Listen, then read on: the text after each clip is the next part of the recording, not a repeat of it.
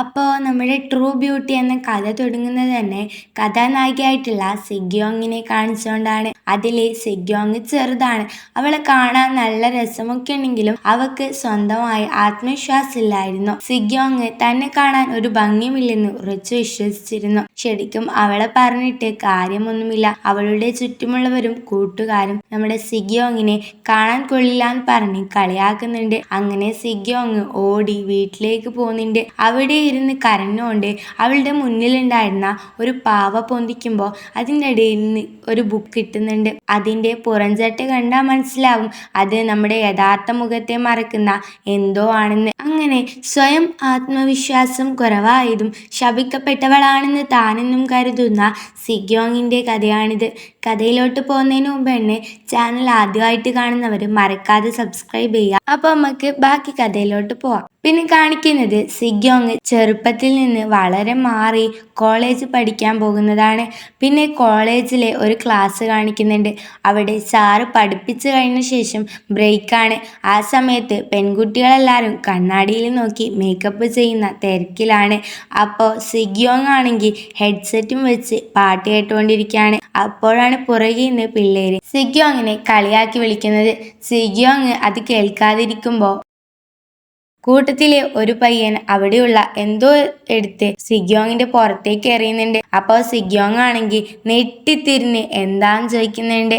അപ്പോൾ അവിടെയുള്ള പെൺകുട്ടി നീ പുറത്തു പോയിട്ട് എന്തേലും ഫുഡ് വാങ്ങിയിട്ട് വാ എന്ന് പറയുമ്പോൾ സിഗ്യോങ് ആദ്യം ഇപ്പോഴോ എന്ന് ചോദിക്കുന്നുണ്ടെങ്കിലും പിന്നീട് എന്തോ ഭയന്നതുപോലെ ശരിയെന്നും പറഞ്ഞ് പുറത്തേക്ക് ഓടുന്നുണ്ട്. ക്ലാസ്സിൽ നിന്ന് ഇറങ്ങിയപ്പോൾ തന്നെ എന്തോ ആലോചിച്ചിട്ടെന്ന പോലെ തിരിച്ച് ക്ലാസ്സിലേക്ക് വരാണ് ചെയ്യുന്നത്. അവിടെ വന്നിട്ട് നിങ്ങൾക്ക് മാംസവും ക്യാബേജുമല്ലേ വേണ്ടതെന്ന് ചോദിക്കുമ്പോൾ അവര് അത് നിന്നോട് ആദ്യമേ പറഞ്ഞിട്ടില്ലേ എന്ന് പറയുന്നുണ്ട്. പിന്നെ കാണിക്കുന്നത് ക്യാൻറ്റീനിലൂടെ അവർക്ക് ഫുഡ് വാങ്ങാൻ പോകുന്ന സിഗ്യോങ്ങിനെയാണ്.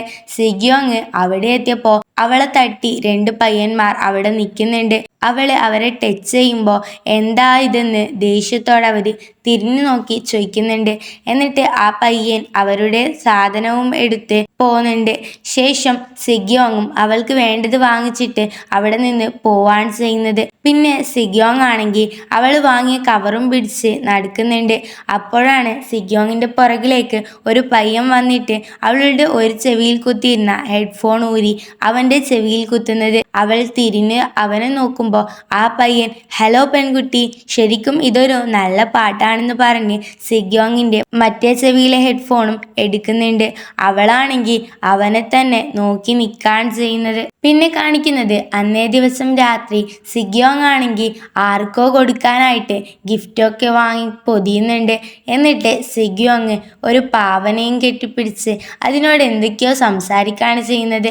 അങ്ങനെ പിറ്റേ ദിവസം രാവിലെ യൂണിഫോമൊക്കെ ഇട്ട് ഒരു ബസ് സ്റ്റോപ്പിൽ ഇരിക്കുകയാണ് ചെയ്യുന്നത്. സിഗ്യോങ്ങിൻ്റെ കയ്യിലാണെങ്കിൽ തലേന്ന് റാപ്പ് ചെയ്ത ഗിഫ്റ്റും ഉണ്ട്. അവിടെ ഇരുന്ന് സിഗ്യോങ് ആർക്കും മെസ്സേജ് അയച്ചുകൊണ്ടിരിക്കുമ്പോൾ ബസ് വരുന്നുണ്ട്. സിഗ്യോങ് അതിനകത്തേക്ക് കയറുമ്പാണെങ്കിൽ ബസ് ഭയങ്കര കുലുങ്ങി സിഗ്യോങ് ആരുടെയോ അടുത്തേക്ക് വീഴുമ്പോൾ സിഗ്യോങ് അവരോട് സോറി എന്നും പറഞ്ഞ് എഴുന്നേൽക്കുന്നുണ്ട്. പിന്നെ കാണിക്കുന്നത് സിഗ്യോങ് അവളുടെ ക്ലാസ്സിലെ ഒരു കുട്ടീനെ വീണ്ടും ഇടിക്കുന്നതാണ്. അവളോട് സോറി പറഞ്ഞ് ഗിഫ്റ്റ് അവളുടെ ബെഞ്ചിൽ വെച്ച് പുറത്തേക്ക് പോവാണ് ചെയ്യുന്നത്. അപ്പോൾ ക്ലാസ്സിലെ പിള്ളേര് സിഗ്യോങ്ങിൻ്റെ ഗിഫ്റ്റ് ബോക്സ് എടുത്ത് ഓപ്പൺ ചെയ്യുന്നുണ്ട്. അതിനകത്ത് നിന്ന് അവർക്ക് ഒരു ലെറ്ററും കിട്ടുന്നുണ്ട്. അവരത് വായിക്കുമ്പോഴാണ് അത് ചാനിക്കുള്ള ഗിഫ്റ്റാണെന്ന് മനസ്സിലാവുന്നത്. ചാനി ആരാണെന്നല്ലേ നിങ്ങളുടെ ഡൗട്ട്? ആദ്യം കാണിച്ച സിഗ്യോങ്ങിൻ്റെ ഹെഡ്ഫോൺ ഊരിയെടുക്കുന്നവനാണ് ചാനി. അങ്ങനെ ആ പിള്ളേരെല്ലാം കൂടെ ചാനിന്റെ അടുത്തേക്ക് പോവാണ് ചെയ്യുന്നത്. ചാനി അതിലെ ഒരു പെണ്ണിനെ കണ്ട ഉടനെ പരിചയഭാവത്തോടെ സിമിയ എന്ന് വിളിക്കുന്നുണ്ട്. അപ്പോൾ സിമിയ ആണെങ്കിൽ നീ സിഗ്യോങ്ങിനെ ഡേറ്റ് ചെയ്യുകയാണോ എന്ന് ദേഷ്യം അഭിനയിച്ചുകൊണ്ട് ചോദിക്കുന്നുണ്ട്.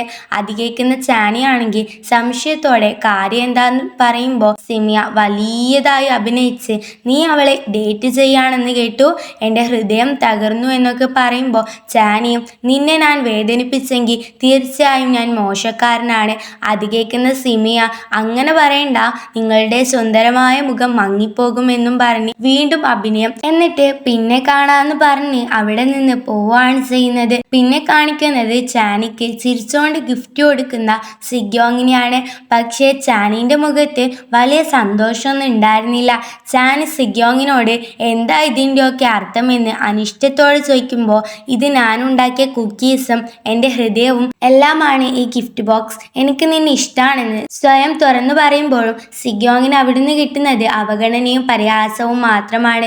ചാനിയും നിനക്ക് എന്ത് യോഗ്യതയാണുള്ളത്, നീ നിന്നെ കണ്ണാടിയിൽ നോക്കിയിട്ടുണ്ട് എന്നൊക്കെ പറഞ്ഞ് ഗിഫ്റ്റും തട്ടിയിട്ട് അവിടുന്ന് പോവാൻ ചെയ്യുന്നത്. അപ്പോൾ സിഗ്യോങ്ങിന്റെ ക്ലാസ്സിലെ പിള്ളേര് ചിരിച്ചോണ്ട് അങ്ങോട്ടേക്ക് വന്ന് അവളെ വീണ്ടും കളിയാക്കുന്നുണ്ട്. കൂട്ടത്തിലെ ഒരു പയ്യൻ ഗിഫ്റ്റ് ബോക്സ് എടുത്ത് അതിലെ സാധനമല്ല അവളുടെ തലയിലേക്ക് ഇടുന്നുണ്ട്. സിഗ്യോങ് ആണെങ്കിൽ അവിടെ ഇരുന്ന് കരയുക മാത്രമാണ് ചെയ്തത്. പിന്നെ അവിടുന്ന് എഴുന്നേറ്റ് ഓടിപ്പോകുന്നുണ്ട്. പിന്നെ കാണിക്കുന്നത് അന്നേ ദിവസം രാത്രി കോളേജിന്റെ ഏറ്റവും മുകളിൽ ജീവിതം അവസാനിപ്പിക്കണം, ഇനി ജീവിച്ചിട്ട് കാര്യമൊന്നുമില്ല എന്ന് ചിന്തിച്ച് ചാടാനിരിക്കുന്ന സിഗ്യോങ്ങിനെയാണ്. അപ്പോഴാണ് പുറകിൽ നിന്ന് ഒരു പയ്യൻ വന്ന് സിഗ്യോങ്ങിനെ വലിച്ച് താഴെയിടുന്നത്. പെട്ടെന്ന് ബോധം വന്ന സിഗ്യോങ് ആണെങ്കിൽ നീ എന്താ ചെയ്യുന്നേ എൻ്റെ കണ്ണാടി ഇല്ലാതെ എനിക്കൊന്നും കാണാൻ കഴിയുന്നില്ല എന്നൊക്കെ പറഞ്ഞ് അവനോട് ചൂടാവുമ്പോഴാണെങ്കിൽ ആ പയ്യൻ കൂളായി, നീ എന്താ ചെയ്യുന്നേ, ജീവിതം അവസാനിപ്പിക്കാൻ മാത്രം നിനക്കെന്താ പറ്റിയേ, നിന്നെ പറ്റി ചിന്തിക്കുന്നവരെ പറ്റി നീ ഓർക്ക്, അങ്ങനെ കുറെ എന്തൊക്കെയോ പറഞ്ഞ് അവിടുന്ന് കുറച്ച് മുന്നോട്ട് പോയി വീണ്ടും തിരിഞ്ഞു നോക്കി. ഞാൻ പോയിട്ട് വീണ്ടും ചാടാൻ പോവാന്നും ചോദിക്കുമ്പോൾ അവള് അല്ല പറഞ്ഞ് ആ പയ്യന്റെ പുറകെ പോവാണ് ചെയ്യുന്നത്. അങ്ങനെ ആ പയ്യൻ അവളെ എടുത്തോണ്ട് പടികളിറങ്ങി താഴോട്ട് പോകുന്നുണ്ട്.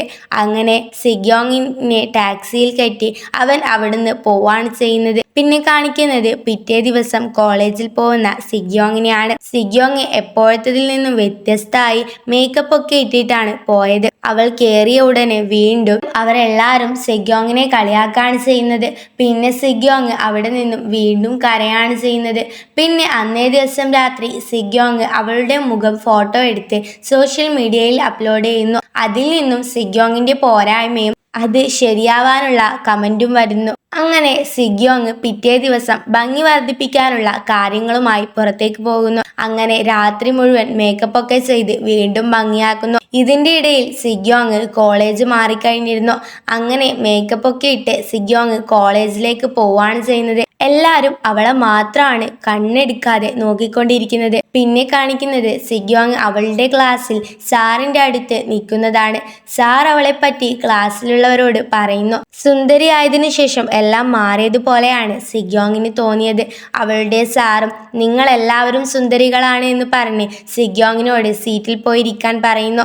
സിഗ്യോങ് ഒരു ഒഴിഞ്ഞ സീറ്റിൽ പോയിരിക്കുന്നു. ബ്രേക്ക് ടൈം സിഗ്യോങ്ങിന്റെ അടുത്തേക്ക് ക്ലാസ്സിലെ 2 പിള്ളേര് വന്നിരിക്കുന്നു. അതിൽ ഒരു കുട്ടി നിന്റെ ഫോൺ നമ്പറും ഇൻസ്റ്റ ഐഡിയും ഇതിൽ എടുത്തതാന്ന് പറഞ്ഞ് അവളുടെ ഫോണ് സിഗ്യോങ്ങിന് കൊടുക്കുന്നു. അപ്പോൾ സിഗ്യോങ് ആണെങ്കിൽ ഞാൻ ഇൻസ്റ്റ ഉപയോഗിക്കാറില്ല എന്ന് പറയുമ്പോൾ അവര് അത്ഭുതത്തോടെ സിഗ്യോങ്ങിനെ നോക്കി രഹസ്യം സൂക്ഷിക്കുന്നവളാണല്ലേ എന്ന് പറഞ്ഞ് ഇരിക്കുകയാണ് ചെയ്യുന്നത്. അപ്പോഴാണ് അങ്ങോട്ടേക്ക് വേറൊരു പെണ്ണ് വരുന്നത്. അവളും സിഗ്യോങ്ങിനെ നല്ല ഭംഗിയുണ്ടെന്നൊക്കെ പറയുമ്പോൾ സിഗ്യോങ് നന്ദി എന്ന് പറഞ്ഞ് ചിരിക്കുകയാണ് ചെയ്യുന്നത്. അപ്പോൾ ആദ്യമേ സംസാരിച്ചിരുന്ന പെണ്ണ് ഇതെന്റെ ബെസ്റ്റ് ഫ്രണ്ട് കിങ് സെജിൻ ആണെന്ന് പറഞ്ഞ് പരിചയപ്പെടുത്തുന്നു. അവരെ സിഗ്യോങ്ങിനെ എല്ലാ സ്ഥലത്തും കൊണ്ടുപോകുന്നു. അങ്ങനെ സിഗ്യോങ്ങും കിങ് സെജിനും കിം ഹ്യൂണും ബെസ്റ്റ് ഫ്രണ്ടായി മാറുന്നു. അപ്പോൾ ട്രൂ ബ്യൂട്ടി പാർട്ട് 1 ഇപ്പോൾ ഇവിടെ വൈൻഡപ്പ് ചെയ്യാണ്. അപ്പോൾ ബാക്കി എപ്പിസോഡുകൾക്കായി ചാനൽ മറക്കാതെ സബ്സ്ക്രൈബ് ചെയ്യുക. ഇഷ്ടപ്പെട്ടാൽ ലൈക്ക് ചെയ്യുക. നിങ്ങളുടെ അഭിപ്രായം കമന്റ് ചെയ്യുക.